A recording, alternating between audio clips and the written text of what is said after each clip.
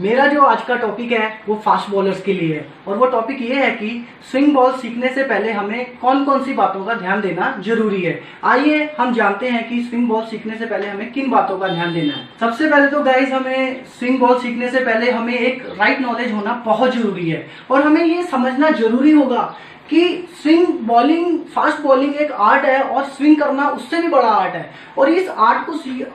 को परफेक्ट करने के लिए हमें बहुत मेहनत करनी पड़ती है, सालों साल मेहनत करनी पड़ती है और बेसिक को समझना पड़ता है, अपने बॉलिंग एक्शन को समझना पड़ता है, अपने स्किल को समझना पड़ता है। तो सीखने से पहले हमें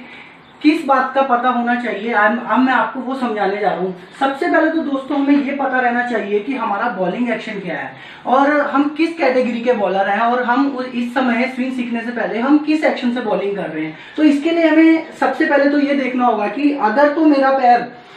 बिल्कुल पैरेलल टू द क्रीज है, back foot landing foot parallel to the crease है और सामने वाला पैर बिल्कुल उसके सामने है, एक लाइन पे है, मेरी जो हिप है वो साइड ऑन है, मेरा जो शोल्डर है वो भी साइड ऑन है और मेरी पूरी बॉडी जो साइड ऑन है और मैं बॉल को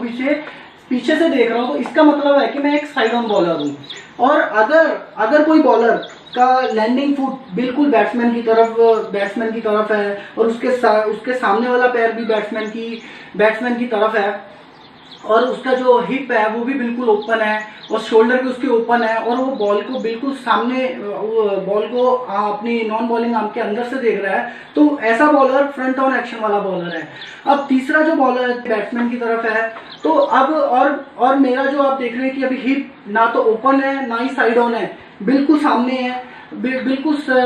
बीच में है दोनों के, और मेरा जो नॉन बॉलिंग आर्म है वो भी बिल्कुल मेरा ना साइड ऑन है ना ओपन है, बिल्कुल सामने है। तो ऐसी कैटेगरी के अगर आप बॉलर हो तो आप सेमी ओपन बॉलर हो। तो दोस्तों अभी हमने जाना कि हमारा बॉलिंग एक्शन क्या है, अब हमें ये जानना होगा कि हम किस कैटेगरी के बॉलर हैं। और जो कैटेगरी मैं आपको बोल रहा हूँ वो दो तरह की कैटेगरी मैंने अभी यहाँ पर मेंशन की है, वो है स्विंग और सीम। अब हमें ये जानना होगा कि हम इन दोनों में से किस कैटेगरी के बॉलर हैं। तो अब मैं आपको समझाने की कोशिश करता हूं कि ये हम पता कैसे करें। सबसे पहले तो गाइस हमें ये देखना होगा, हमें क्या करना होगा कि हमें जो बॉल है वो रिलीज करके देखना होगा कि हम अपने सामने एक प्लेयर को खड़ा करेंगे और अपना बॉलिंग एक्शन लेके बॉल को सिर्फ रिलीज करेंगे। और जब हम बॉल को रिलीज करेंगे तो हम देखेंगे कि अगर हमारा बॉल सीम पे जा रहा है और हमारा जो बैक स्विंग है वो बहुत तेज जा रहा है और बिल्कुल सीधा जा रहा है, तो हमें ये समझ लेना चाहिए कि हम सीम बॉलर हैं। और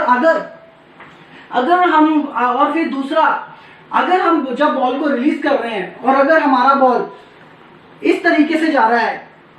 या फिर इस तरीके से जा रहा है, तो हमें ये समझ लेना चाहिए कि हम स्विंग कैटेगरी के बॉलर हैं। तो अब हमें, जैसे कि हमने अभी समझा दोस्तों कि स्विंग और सीम में से हम किस कैटेगरी के बॉलर हैं, अब हमें ये जानना होगा कि स्विंग करने के पीछे क्या साइंस है और इसका क्या बेसिक है। आइए हम जानते हैं।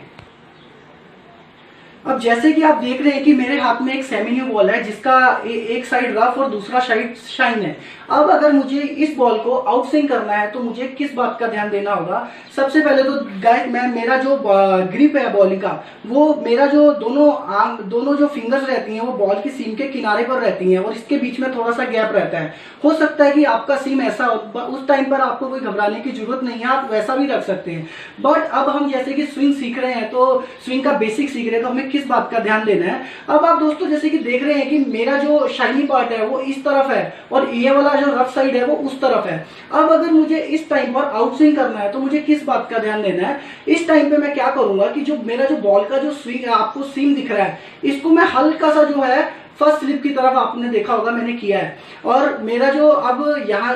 मैं जब इस बॉल को रिलीज करूंगा, तो जब ये मेरे हाथ से बॉल रिलीज होगा तो आप देख रहे होंगे कि जब इसका जो सीम पोजीशन है वो फर्स्ट स्लिप की तरफ जा रहा है और आप देख रहे होंगे कि जो इसका शाइनी पार्ट इसका ज्यादा दिख रहा है अकॉर्डिंग टू रफ पार्ट। तो जब भी अब ये बॉल स्विंग कैसे होगा, जब भी इसके शाइनिंग पार्ट पे हवा के साथ संपर्क होगा तो ये बॉल बाहर की तरफ निकलेगा और इसे हम आउट स्विंग कहेंगे और इस तरीके से हम आउट स्विंग करवा सकते हैं। अब हमें बॉल इन स्विंग कैसे करना है, अब हमें वो भी समझना होगा।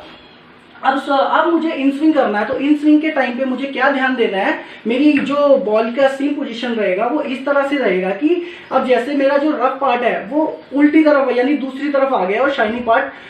मेरे अंदर की तरफ आ गया। अब इसमें जो मेरा सीम पोजीशन रहेगा वो मेरा लेग स्लिप की तरफ रहेगा। अब आप देखो कि जब ये मेरे हाथ से बॉल रिलीज होगा तो आप देख रहे हैं कि इसमें जो शाइनी पार्ट है वो ज्यादा दिख रहा है और अकॉर्डिंग टू जो रफ पार्ट है। अब जब ये बॉल मेरा आगे जा रहा है बैक स्विंग के साथ, तो आप देखो कि जब इसमें हवा लगेगी तो ये बॉल अंदर की तरफ जाएगा। तो गाइस ये तो हो गए हमारे स्विंग स्विंग का जो इम्पोर्टेंट बेसिक हो गया वो ये हो गया। अब आइए हम आगे जानते हैं कि अभी जैसे कि हमने जाना गाइस कि हमारा स्विंग करते समय हमारा सीम पोजीशन कैसा रहेगा, आउट स्विंग और इन स्विंग करते समय हमारा सीम पोजीशन कैसा रहेगा। अब हमें ये जानना है कि स्विंग करते समय हमारा रिलीज पॉइंट क्या रहेगा और रिलीज पॉइंट के समय हमें कैसे स्विंग करना है। आइए देखते हैं। अब जैसे कि गाइस मैं आपको स्विंग बॉलर के बारे में बताता हूं और मैं आपको ये बताने की कोशिश करूंगा कि स्विंग बॉलर के पास क्या खासियत रहती है जिस कारण वो स्विंग बॉलर बना रहता है। सबसे पहले तो गाइस हमें ये देखना होगा, जो हमें समझना होगा कि जो स्विंग बॉलर रहता है वो स्विंग करते समय अपनी रिस्ट का बहुत ज्यादा यूज करता है और उसका जो रिस्ट रहता है बहुत ही फ्लेक्सिबल रहता है और वो सिर्फ रिस्ट के सहारे ही बॉल को स्विंग करवाता है। और अमूमन ये जो स्विंग बॉलर रहते हैं ये क्या करते हैं स्विंग करते समय, जब भी ये बॉल को रिलीज करते हैं, जब भी ये बॉलर स्विंग करते हैं तो ये बॉल के पीछे एफर्ट नहीं मारते, बॉल के साइड पे एफर्ट मारते हैं। और अगर इनको आउट स्विंग करना होता है तो जो इनका रिस्ट का जो पोजीशन रहता है वो भी इनका फर्स्ट स्लिप की तरफ ही रहता है। और अगर इनको इन स्विंग करना है तो इनका जो रिस्ट का पोजीशन रहता है वो रिस्ट का जो पोजीशन रहता है वो बैट्समैन की तरफ रहता है और ये उसको अंदर की तरफ फिनिश करते हैं। और अगर ये बॉलर आउट स्विंग करते हैं तो आप देखना कि जब भी ये बॉल को रिलीज करते हैं, रिलीज करने के टाइम पे अगर ये आउट स्विंग कर रहे हैं तो आप देखो इनका रिलीज पॉइंट किस तरफ है। इनका रिलीज पॉइंट देखो अभी आउट स्विंग की तरफ है और ये यहाँ से जब यहाँ से ये बॉल को रिलीज करते हैं तो इनका जो फिनिश रहता है वो अंदर की तरफ रहता है। और जब इन बॉलरों को अंदर बॉल डालना होता है तो ये बॉलर्स क्या करते हैं कि ये बॉलर जब अपना बॉल रिलीज करते हैं तो इनका जो रिस्ट पोजीशन रहता है वो अंदर की तरफ रहता है और ये अपना जो बॉलिंग एक्शन फिनिश करते हैं ये अक्रॉस दी बॉडी करते हैं और इससे इनको स्विंग कराने में आसानी हो। हमें ये भी जानना जरूरी है कि स्विंग बॉलर की सबसे बड़ी जो खासियत रहती है वो क्या रहती है कि आपने देखा होगा कि जितने भी ग्रेट जो स्विंग फास्ट बॉलर्स हैं उनका जो नॉन बॉलिंग आर्म है वो ज्यादा खुलता नहीं है, वो बहुत जल्दी बहुत आगे से यानी बहुत शॉर्ट से वो उनका शॉर्ट आर्म पुल रहता है। और इसमें मैं आपको बताऊंगा कि आप बहुत से बॉलर दे सकते हैं जिसमें आप जेम्स एंडरसन, ग्रेट वसीम अकरम, ग्रेट इरफान पठान, परवीन कुमार जो कि बहुत अच्छी स्विंग करते हैं। अगर आपका एक अच्छा स्विंग बॉल हो रहा है तो आपको इस बात का ध्यान देना बहुत जरूरी है कि आपका अगर बॉल अच्छा स्विंग हो रहा है तो आपको पेस के पीछे नहीं जाना है, तब आपको आपके बेसिक को और क्लीन करने की जरूरत है। वो क्लीन करने की जरूरत इसलिए है कि अगर आपका जूनियर लेवल में वो बेसिक क्लियर हो गया तो आप 120 130 की कैटेगरी से आप 135 40 की कैटेगरी में भी जा सकते हैं। और क्लीन करने के लिए हमें सबसे ज्यादा जो वर्क करना होता है अपना हमारी रिस्ट पोजीशन पे करना होता है, हमारे बॉलिंग एक्शन में करना होता है और हमें ये कोशिश करनी होती है कि हमारा एक्शन जितना हो सके उतना स्मूथ हो जाए और हम उतना मलाई के जैसे बॉल को रिलीज कर सके। जैसे कि आप देखते होंगे कि जहीर खान है जो कि 135 40 45 सेम स्विंग के साथ